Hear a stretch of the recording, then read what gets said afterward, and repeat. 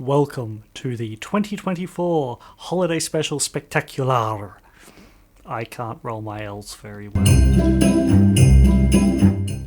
Anyhow, what is this episode? It is going to be an episode about all of the things that we have done in the last year and some of the things that we're looking forward to in the coming year. Just a wrap up, a quick episode on where we're going, where we're heading, all that fun stuff. So the first thing I'd like to do in this episode is thank each and every last person who has watched one of these videos.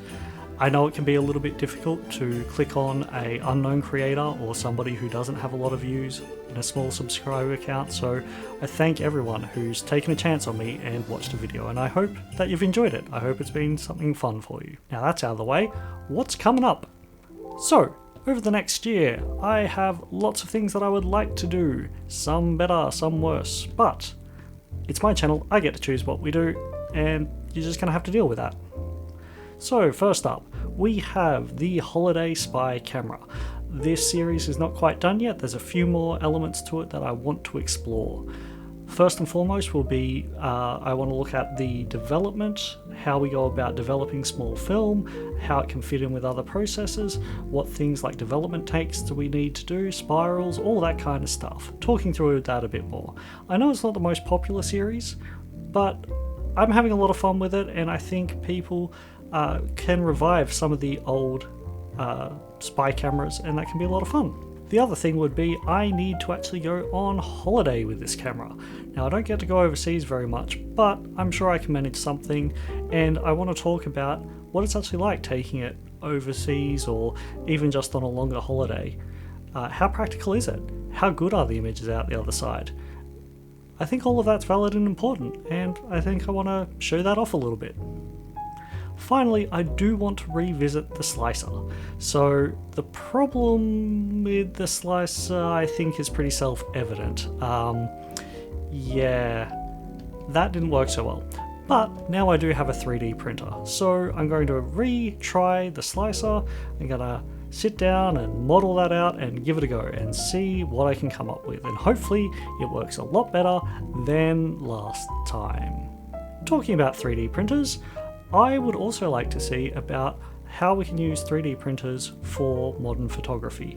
So there's a lot of accessories that aren't made anymore, there's a lot of organization options that we can look at with 3D printers. And I'm going to be releasing more and more 3D models.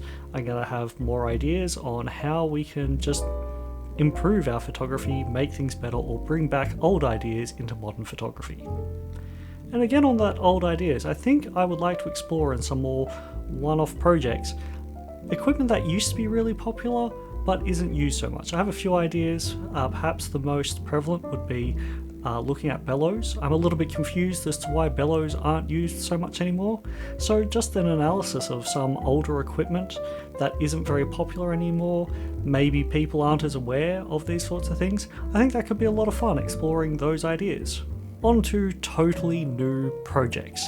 Now, it's always exciting to start a new project, but we have to temper that. But the big one, the exciting one, the one I'm really looking forward to is I bought a lot of different types of black and white film. And I'll talk about this more in its own series, but I've run out of a roll of Fomapan 200, and I decided I didn't want to just buy another roll of Fomapan 200, so I'm going to test out a heap of different films. I think that's going to be really exciting, and I hope you do too. When looking at the metrics of my videos, it's pretty clear that people do like it when I talk about old cameras, weird cameras, maybe things that people are considering. So now I've wrapped up the series on the cameras that I've been selling, I think it's worthwhile looking at the cameras that I have and use and like. Things like this. Hopefully you enjoy it. Right, next thing. I want to be a better photographer. Now, I think part of that's just going to be practice, and with trying out some new films, I think there is going to be a lot of opportunity there to learn. But I think there's two main things that I'm going to try that will hopefully at least give me some more context for my photography. Number one, I've subscribed to the magazine Australian Photography. Now, this is a magazine that comes out I think 7 times a year, and it's modern photography, this happens to be the monochrome issue, which is very nice. It's more geared towards digital, but I think it will give me a good idea of what people are currently doing and what sort of the standard of publishing in a magazine is like.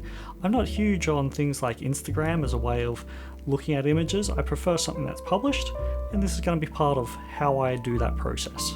The next thing is I have an astronomical stack of old film photography books, instruction manuals, technical processes. Some of this is kind of out of date because the materials don't exist anymore, but I think it is worthwhile, even though I have read these before, going back, rereading them, and reabsorbing some of those more basic and fundamental things about photography to make sure that I have the basics correct, so the more advanced stuff hopefully should come a little bit easier.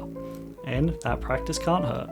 Another thing I'm interested in would be photography zines, or Zines, depending on how you like to pronounce stuff. This is the sort of self-published photography. I'm really interested in what other people are doing, modern, but also maybe some historical ones. But I don't know a lot of Zines, so my best bet at the moment is to go to the local op shop and see if they've got any photography books laying around. So if you could let me know if there's any really good Zines or subscription services to them, that kind of thing, let me know in the comments. I'll be really interested in just what's going on. Finally, just some general comments. So I have a full-time job. I can't spend as much time on this YouTube channel as I might like to. I understand that it's perhaps not as visually interesting or as well produced as a lot of other channels, and some of that I can't help, but other things I can. So I'm going to try and get better. I'm going to try and include a lot more B-roll and just make it a little bit more visually interesting for the viewer. So if there are any things in my videos you particularly dislike, aside from my face is not in them, feel free to let me know and I'll take your comments on board and I'll see if there are things that I can do. Lastly, I've done about one video a month this entire year, which for me has been very impressive and very rewarding. I'm looking to keep that up for the next year, but I think I need to be a little bit more flexible with myself if I move the dates around or perhaps miss something or just release something a little bit shorter. So I gotta be kind to myself. I hope you as my audience are kind to me as well. Now thank you again for watching and I hope to see you again.